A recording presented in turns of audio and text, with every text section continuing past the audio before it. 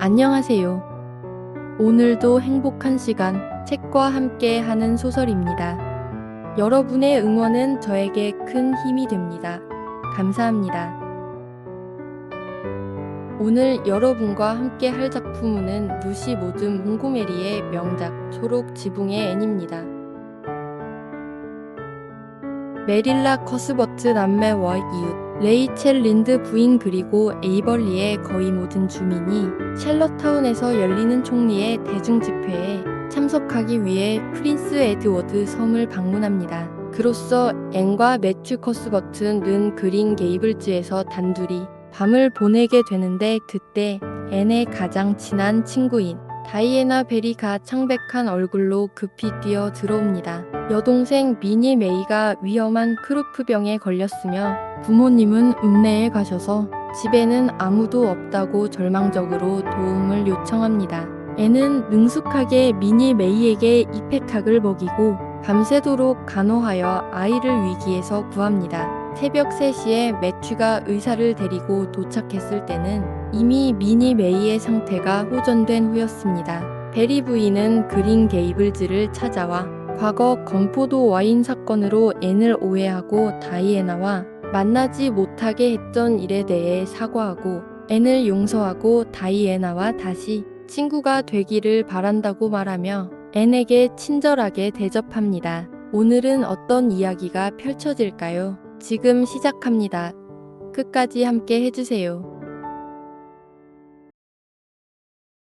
제19장 연주회 대참사 그리고 고백. 마릴라, 다이애나를 잠깐이라도 보러 가도 될까요? 2월의 어느 저녁, 앤이 동쪽 다락방에서 숨 가쁘게 뛰어 내려오며 물었다. 어두워진 후에 돌아다니고 싶어 하는 이유를 모르겠구나. 마릴라가 퉁명스럽게 말했다. 너랑 다이애나는 학교에서 함께 집으로 걸어왔고, 그러고 나서도 저 아래 눈 속에서 30분이나 더 서서 두여가 내내 타다닥거리며 움직였잖니. 그러니 다시 그녀를 봐야 할 만큼 딱히 불편할 것 같지는 않구나. 하지만 다이애나가 저를 보고 싶어 해요. 앤이 간청했다. 저에게 아주 중요한 것을 말해줘야 한대요. 그걸 내가 어떻게 아니? 방금 다이애나가 창문에서 저에게 신호를 보냈거든요. 저희는 촛불과 마분지를 이용해서 신호하는 방법을 마련해 두었어요. 촛불을 창턱에 놓고 마분지를 앞뒤로 움직여서 깜빡임을 만들어요. 깜빡이는 횟수가 특정 의미를 나타내요. 이건 제 아이디어였어요. 마릴라. 내 아이디어였을 거라고 내가 장담한다. 마릴라가 강조하며 말했다. 그러다가는 다음엔 내 놈들 신혼놀이 때문에 커튼에 불을 지를 거다. 오, 저희는 아주 조심해요. 마릴라, 그리고 정말 흥미로워요. 2번 깜빡이면 너 거기 있니? 라는 뜻이고, 3번은 응이고, 4번은 아니오예요. 5번은 아주 중요한 것을 밝혀야 하니, 가능한 한 빨리 건너와 아는 뜻이에요. 다이애나가 방금 5번을 깜빡였어요. 저는 그것이 무엇인지 알기 위해 정말로 괴로워하고 있어요. 더 이상 괴로워할 필요는 없단다. 마릴라가 비꼬듯이 말했다. 가도 좋다. 하지만 정확히 10분 안에 돌아와야 한다. 명심해. 앤은 그것을 기억했고 정해진 시간 안에 돌아왔다. 비록 다이애나의 중요한 통신에 대한 논의를 10분이라는 제한 안에 가두는 것이 그녀에게 정말로 어떤 대가를 치르게 했을지는 아무도 모를 것이다. 하지만 적어도 그녀는 그 시간을 효율적으로 사용했다. 오, 마릴라, 어떻게 생각하세요? 내일이 다이애나의 생일이라는 것을 아시죠? 그런데 다이애나 어머니가 학교에서 저와 함께 집에 가서 하룻밤 자도 좋다고 허락하셨대요. 그리고 다이애나의 사촌들이 내일 밤 회관에서 열리는 토론 클럽 연주회에 가기 위해 큰 설매를 타고 뉴브리지에서 온대요. 그리고 그 사촌들이 다이애나와 저를 연주회에 데려가 줄 거래요. 물론 마릴라가 허락해 주신다면 말이죠. 허락해 주실 거죠? 그렇죠, 마릴라. 오, 저는 너무 흥분돼요. 그럼 진정하거라. 너는 가지 못한다. 너는 내 침대에서 집에서 자는 것이 낫고 그 클럽 연주회는 전부 헛소리이며 어린 소녀들은 그런 곳에 절대 외출해서는 안 된다. 저는 토론 클럽이 가장 품위 있는 행사라고 확신해요.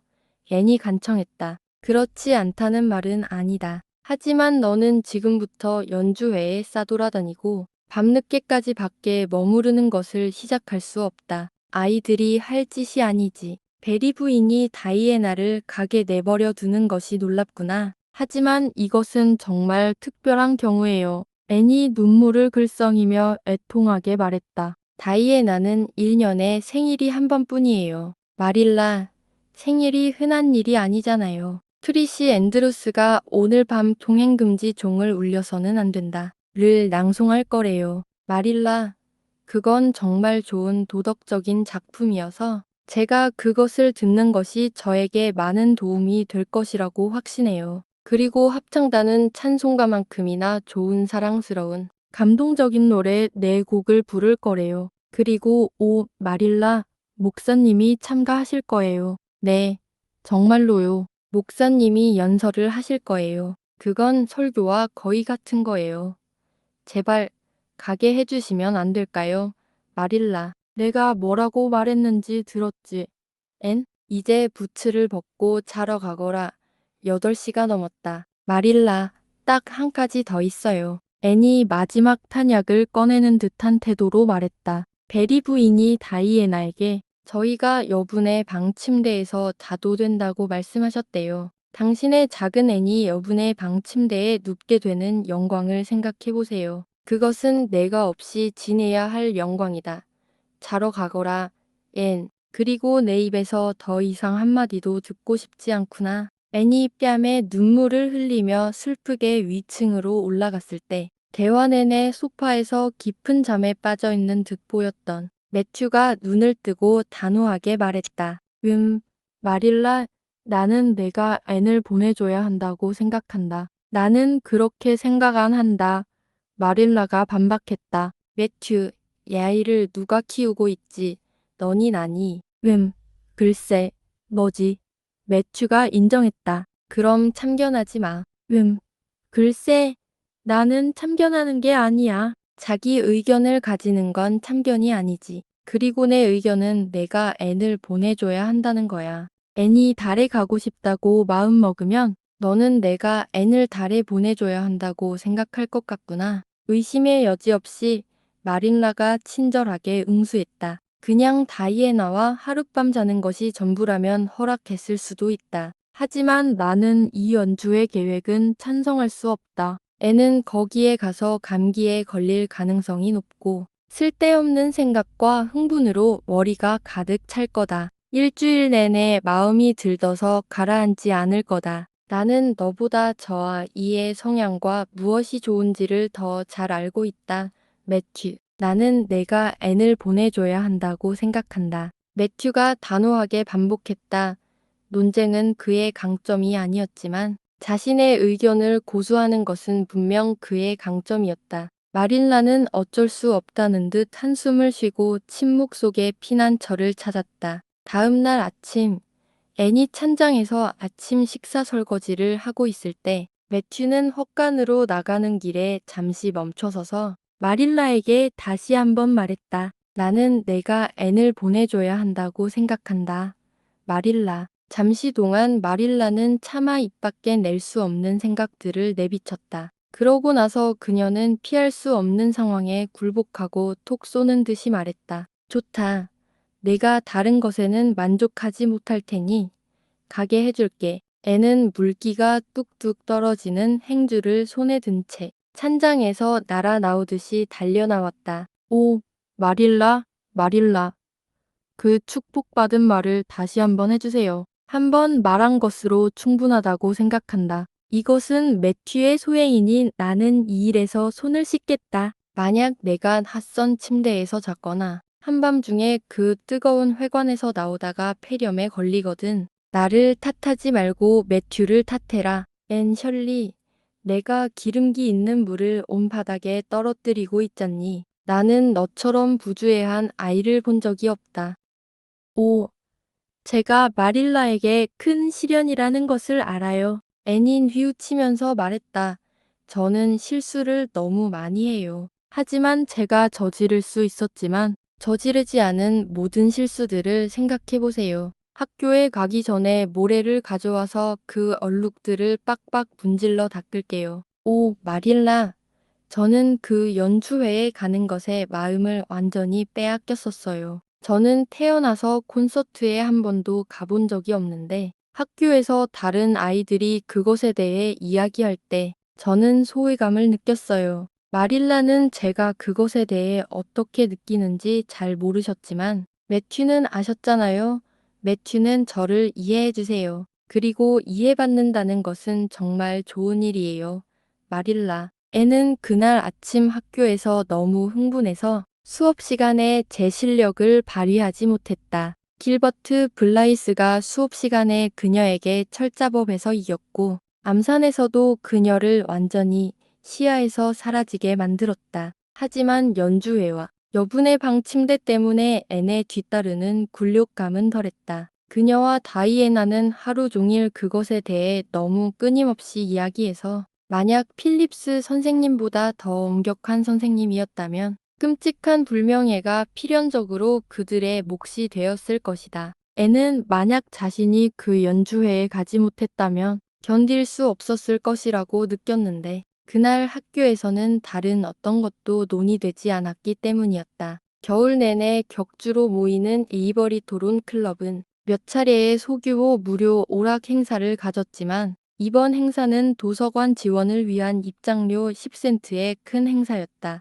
에이벌리 전문의들은 몇 주 동안 연습해왔고 참여할 나이 많은 형제 자매들 덕분에 모든 학생들이 특히 그것에 관심을 가졌다. 마릴라와 마찬가지로 어린 소녀들의 밤 외출에 대해 같은 의견을 가진 캐리 슬론의 아버지를 제외하고는 9세 이상의 학교 아이들 모두 참석할 예정이었다. 캐리 슬로는 오후 내내 문법책에 눈물을 흘렸고 삶이 살 가치가 없다고 느꼈다. 앤에게 진짜 흥분은 학교와 함께 시작되었고 점점 커져서 연주회 자체에서 긍정적인 황홀경의 절정에 이르렀다. 그들은 완벽하게 우아한 저녁 식사를 했고 그러고 나서 위층 다이애나의 작은 방에서 옷을 갈아입는 즐거운 작업이 이어졌다. 다이애나는 앤의 앞머리를 새로운 폼파두르 스타일로 해주었고 앤은 자신이 가진 특별한 재주로 다이애나의 리본을 묶어주었으며 그들은 적어도 6가지 다른 방식으로 뒷머리를 정리하는 실험을 했다. 마침내 그들은 볼은 홍조를 띠고 눈은 흥분으로 빛나며 준비를 마쳤다. 사실 앤은 자신의 평범한 검은색 탐 모자와 모양이 없는 품이 좁고 집에서 만든 회색 청코트를 다이애나의 산듯한 털모자와 멋진 작은 재킷과 대조할 때 작은 고통을 느끼는 것을 막을 수 없었다. 하지만 그녀는 자신에게 상상력이 있고 그것을 사용할 수 있다는 것을 제때 기억해냈다. 그때 다이애나의 사촌들 뉴브리지의 머레이 가족이 도착했다. 그들 모두는 집과 털가죽 덮개로 가득 찬 큰 설매 속으로 몰려들었다. 애는 썰매를 타고 회관으로 가는 드라이브를 마음껏 즐겼는데 비단처럼 매끄러운 길 위를 미끄러지듯 나아가며 설매 밑에서 눈이 바삭거리는 소리를 들었다. 장엄한 일몰이 있었고 눈 덮인 언덕과 깊고 푸른 세인트 로렌스만의 바닷물은 그 장려함을 술과 불로 가득 찬 거대한 진주와 사파이어 그릇처럼 둘러싸고 있는 듯했다. 썰매 방울 소리와 멀리서 들려오는 웃음소리, 마치 숲속 요정들의 즐거움 같았다가 사방에서 들려왔다. 오, 다이애나, 렌이 털 덮개 아래에서 다이애나의 벙어리 장갑 낀 손을 꽉 쥐며 숨 막히듯이 말했다. 이 모든 것이 아름다운 꿈 같지 않니? 내가 정말 평소와 똑같이 보이니? 나는 너무나 다르게 느껴져서 그게 내 모습에 드러나야 할 것 같은데. 너 정말 멋져 보여. 다이애나는 방금 사촌 중 한 명에게 칭찬을 받았기에 그것을 이어가야 한다고 느끼며 말했다. 내 얼굴색이 정말 사랑스러워. 그날 밤의 프로그램은 청중 가운데 적어도 한 명의 청취자에게는 1년의 전율이었고 앤이 다이애나에게 장담했듯이 연속되는 전율은 이전보다 더 전율적이었다. 트리시 앤드루스가 새로운 분홍색 실크 블라우스를 입고 매끄럽고 하얀 목에 진주 목걸이를 두르고 머리에는 진짜 카네이션 선생님이 그녀를 위해 멀리 읍내까지 가서 보내왔다는 소문이 속삭여졌다를 꽂고 어둠 속에서 한 줄기 빛도 없이 미끄러운 사다리를 올랐을 때 애는 호사스러운 공감으로 몸을 떨었다. 합창단이 불렀을 때 애는 천장이 마치 천사들로 프레스코화된 것처럼 쳐다보았다. 샘슬론이 암탉을 품게 한 방법을 설명하고 시연했을 때 애는 웃음을 멈출 수 없어서 근처에 앉아있던 사람들까지 웃었는데 에이벌리에서도 다소 진부한 작품에 대한 재미보다는 앤에게 공감하여 웃는 사람들이 더 많았다.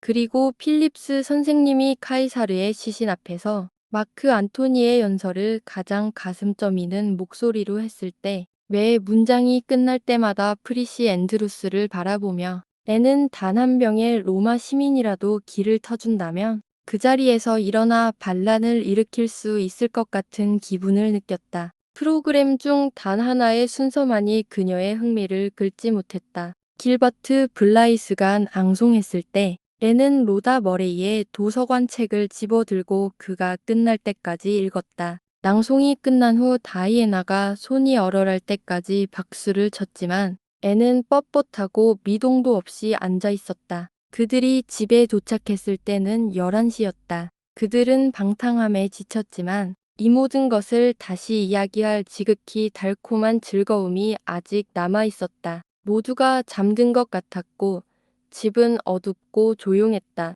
앤과 다이애나는 발끝으로 거실로 들어갔는데 그곳은 여분의 방으로 통하는 길고 좁은 방이었다. 벽난로에 남은 불 덕분에 기분 좋게 따뜻했고 은은하게 밝혀져 있었다. 여기서 옷을 벗자. 다이애나가 말했다.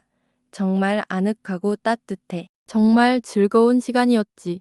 그렇지 않니? 앤이 황홀하게 한숨 쉬었다. 저기서 일어나선 앙송하는 것은 정말 멋질 것 같아.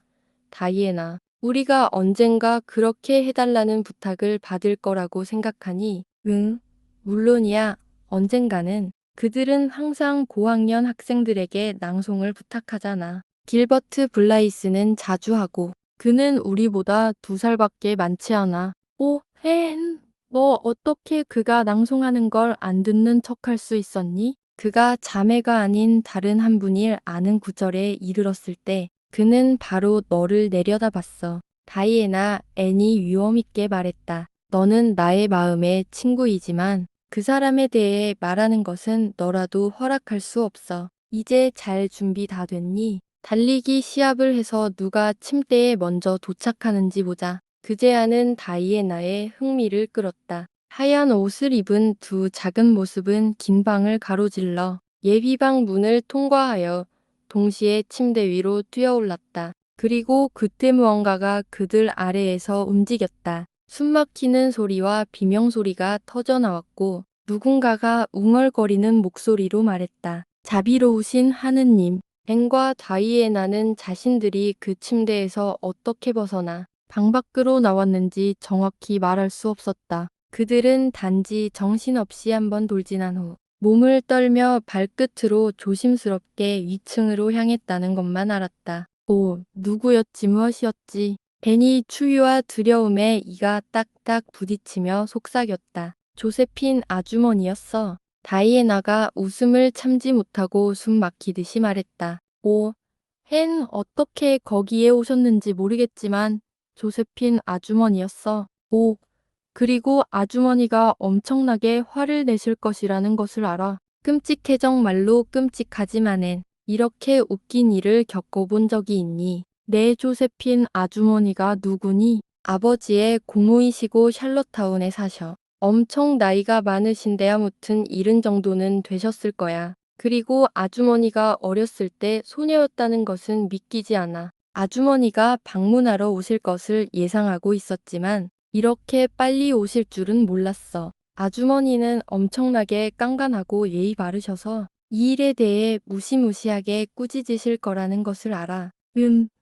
우리는 미니 메이와 함께 자야 할 거야. 그리고 미니 메이가 얼마나 발길질을 심하게 하는지 너는 상상도 못할 거야. 조세핀 베리 아가씨는 다음 날 아침 일찍 식사 자리에 나타나지 않았다. 그런데 너무 피곤해서 잠들어 버렸단다. 다이애나, 아주머니를 방해하지 않았기를 바란다. 다이애나는 조심스러운 침묵을 지켰지만 그녀와 애는 식탁을 가로질러 죄책감이 드는 듯한 즐거움에 은밀한 미소를 교환했다. 애는 아침 식사 후 서둘러 집으로 돌아갔고 그래서 베리 가족에게 현재 일어나고 있는 소동에 대해 행복한 무지 속에 남아 있었다. 그러다가 늦은 오후에 마릴라의 심부름으로 린드 부인 댁으로 내려갔을 때 모든 것을 알게 되었다. 그래서 너랑 다이애나가 어젯밤에 불쌍한 조세핀 베리 할머니를 거의 기절시킬 뻔했다는 거니? 린드 부인이 엄격하게 말했지만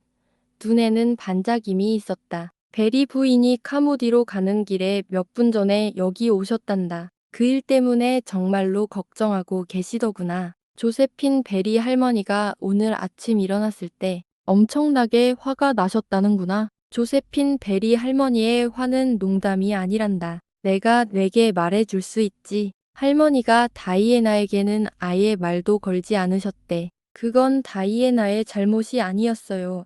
앤이 뉘우치면서 말했다. 제 잘못이었어요. 누가 침대에 먼저 도착하는지 시합하자고 제가 제안했어요. 그럴 줄 알았지. 린드 부인이 정답을 맞힌 사람의 기쁨으로 말했다. 그 아이디어가 내 머리에서 나왔다는 것을 알고 있었어. 글쎄, 큰 문제를 만들었구나. 정말 그래. 조세핀 베리 할머니는 한 달 동안 머물려고 오셨는데 내일이 일요일이고 뭐고 간에 하루도 더 머물지 않고 당장 읍내로 돌아가겠다고 선언하셨단다. 만약 데려다 줄 수만 있었다면 오늘 가셨을 거야. 할머니가 다이애나의 분기별 음악 레슨 비용을 대주기로 약속하셨는데 이제는 그런 말괄량이에게는 아무것도 해줄 수 없다고 단단히 결심하셨대. 오늘 아침에 거기서 꽤 시끄러웠을 것 같구나. 베리 가족은 상심했을 거야. 조세핀 베리 할머니는 부자라서 그들은 할머니에게 잘 보이고 싶어 하거든. 물론 베리 부인이 나에게 정확히 그렇게 말하지는 않았지만 나는 인간 본성에 대해 꽤 잘 판단하는 사람이란다. 정말 그래. 저는 정말 운이 없는 아이예요. 앤이 슬퍼하며 말했다. 저는 항상 저 자신도 공경에 처하게 만들고 제가 심장의 피를 흘려서라도 지켜주고 싶은 가장 친한 친구들까지도 공경에 빠뜨려요. 린드 아주머니, 왜 그런지 저에게 말씀해 주실 수 있나요? 그건 내가 너무 경솔하고 충동적이기 때문이란다. 얘야, 정말 그래. 너는 절대 멈춰서 생각하지 않아. 내 머리에 떠오르는 것은 무엇이든 한순간의 숙고도 없이 말하거나 행동하지. 하지만 그게 가장 좋은 점이에요. 앤이 항의했다. 무언가가 마음에 번쩍 떠오르면 너무 흥분돼서 바로 튀어나와야 해요. 멈춰서 생각해버리면 모든 것을 망쳐요. 린드 아주머니는 스스로 그런 것을 느껴본 적이 없으세요. 아니다. 린드 부인은 그렇지 않았다. 그녀는 현명하게 고개를 저었다. 앤, 너는 생각하는 법을 좀 배워야 한다.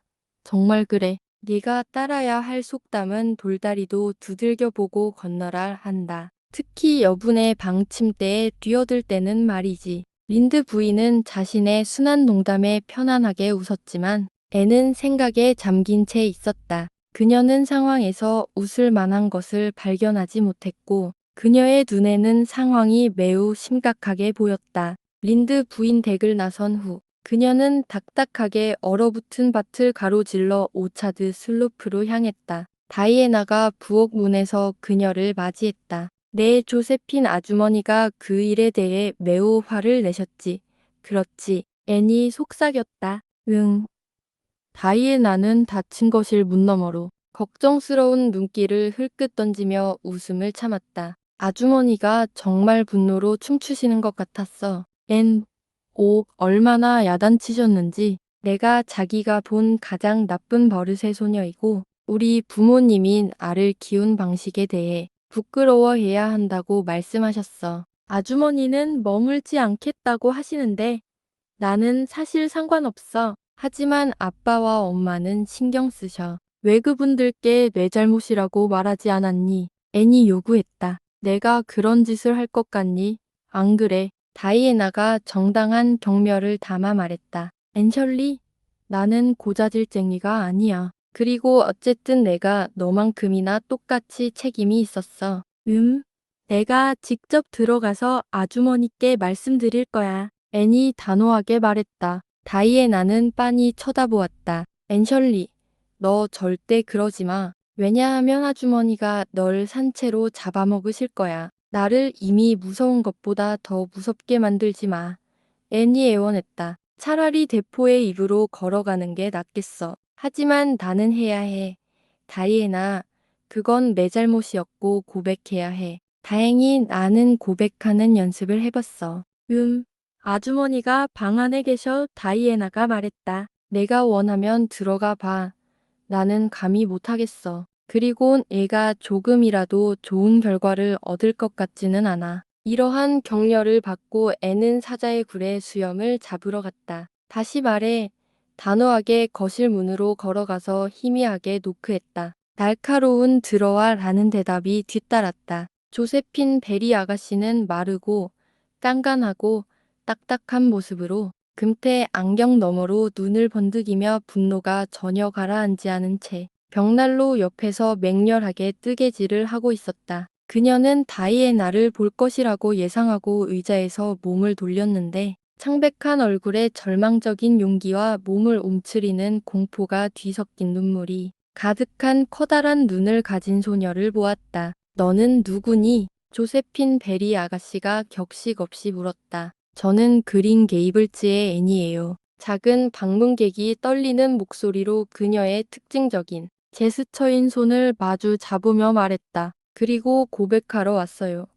괜찮으시다면요. 무엇을 고백하겠다는 거니? 어젯밤 아주머니 위에 침대로 뛰어든 것은 전적으로 제 잘못이라는 것을요. 제가 그것을 제안했어요. 다이애나는 절대로 그런 생각을 하지 않았을 거예요. 저는 확신해요. 다이애나는 매우 승려다운 소녀예요. 베리 아가씨. 그러니 아주머니가 다이애나를 비난하는 것이 얼마나 부당한지 아셔야 해요. 오, 내가 그래야 한다고? 나는 다이애나도 적어도 그 정도는 뛰어들었을 것이라고 생각하는구나. 품위 있는 집에서 하는 짓이라니. 하지만 저희는 단지 장난을 했을 뿐이에요. 애니 끈질기게 말했다. 베리 아가씨, 저희가 사과했으니 저희를 용서해 주셔야 한다고 생각해요. 그리고 어쨌든 제발 다이애나를 용서해 주시고 음악 레슨을 받게 해주세요. 베리 아가씨, 다이애나는 음악 레슨에 마음을 쏟고 있어요. 그리고 저는 무엇에 마음을 쏟았다가 그것을 얻지 못하는 것이 어떤 것인지 너무나 잘 알아요. 만약 누구에게든 화를 내셔야 한다면 저에게 화를 내세요.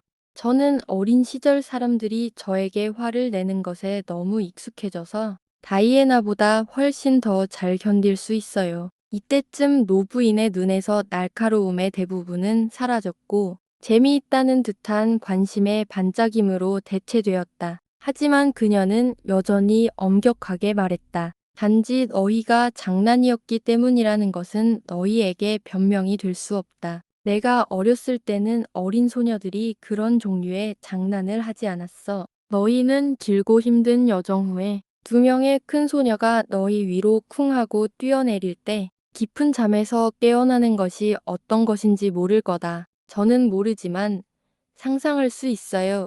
애니 간절하게 말했다. 분명히 매우 혼란스러웠을 거예요. 하지만 저희의 입장도 있어요. 베리 아가씨는 상상력이 있으세요? 만약 있다면 저희의 입장이 되어보세요. 저희는 그 침대에 누가 있는 줄 몰랐고 아주머니가 저희를 거의 기절시킬 뻔했어요. 저희가 느꼈던 방식은 정말 끔찍했어요. 그리고 약속을 받은 후에도 저희는 예비방에서 잘 수 없었어요. 아주머니는 예비방에서 자는 것에 익숙하실 거예요. 하지만 한번 상상해 보세요.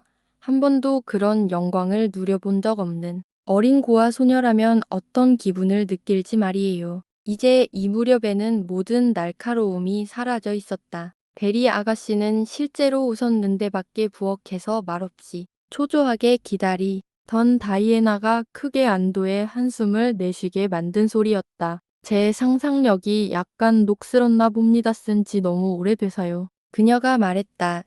제 생각엔 공감을 얻을 만한 당신의 주장이 저의 주장만큼이나 강한 것 같군요. 모든 것은 우리가 그것을 바라보는 방식에 달려 있습니다. 여기 앉아서 당신에 대해 이야기해 보세요. 죄송하지만 그럴 수 없어요. 애니 단호하게 말했다. 그러고 싶어요. 아주머니는 흥미로운 분처럼 보이시고 비록 별로 그렇게 보이지는 않지만 심지어 마음이 통하는 영혼이실 수도 있으니까요. 하지만 저는 마릴라 커스버트 아주머니께 집으로 돌아가야 할 의무가 있어요. 마릴라 커스버트 아주머니는 저를 제대로 키우기 위해 데려오신 아주 친절한 분이세요. 아주머니는 최선을 다하고 계시지만 그 일은 매우 낙담스러운 일이에요. 제가 침대에 뛰어든 것에 대해 아주머니를 비난하시면 안 돼요. 하지만 제가 가기 전에 다이애나를 용서하시고 에이벌리에 오시려던 기간만큼 머무실 것인지 제게 말씀해 주시면 정말 좋겠어요. 당신이 이따금 건너와서 저와 이야기해 준다면 아마 그럴 것 같습니다. 베리 아가씨가 말했다. 그날 저녁 베리 아가씨는 다이애나에게 은색 뱅글 팔찌를 선물했고 집안의 어른들에게 여행 가방을 풀었다고 말했다. 저는 그저 저 앤이라는 소녀와 더 친해지고 싶어서 머물기로 결정했어요. 그녀는 솔직하게 말했다. 그 아이는 저를 즐겁게 해줘요. 제 나이에는 재미있는 사람이 드물거든요. 마릴라가 이 이야기를 들었을 때의 유일한 논평은 내가 뭐라고 했니였다.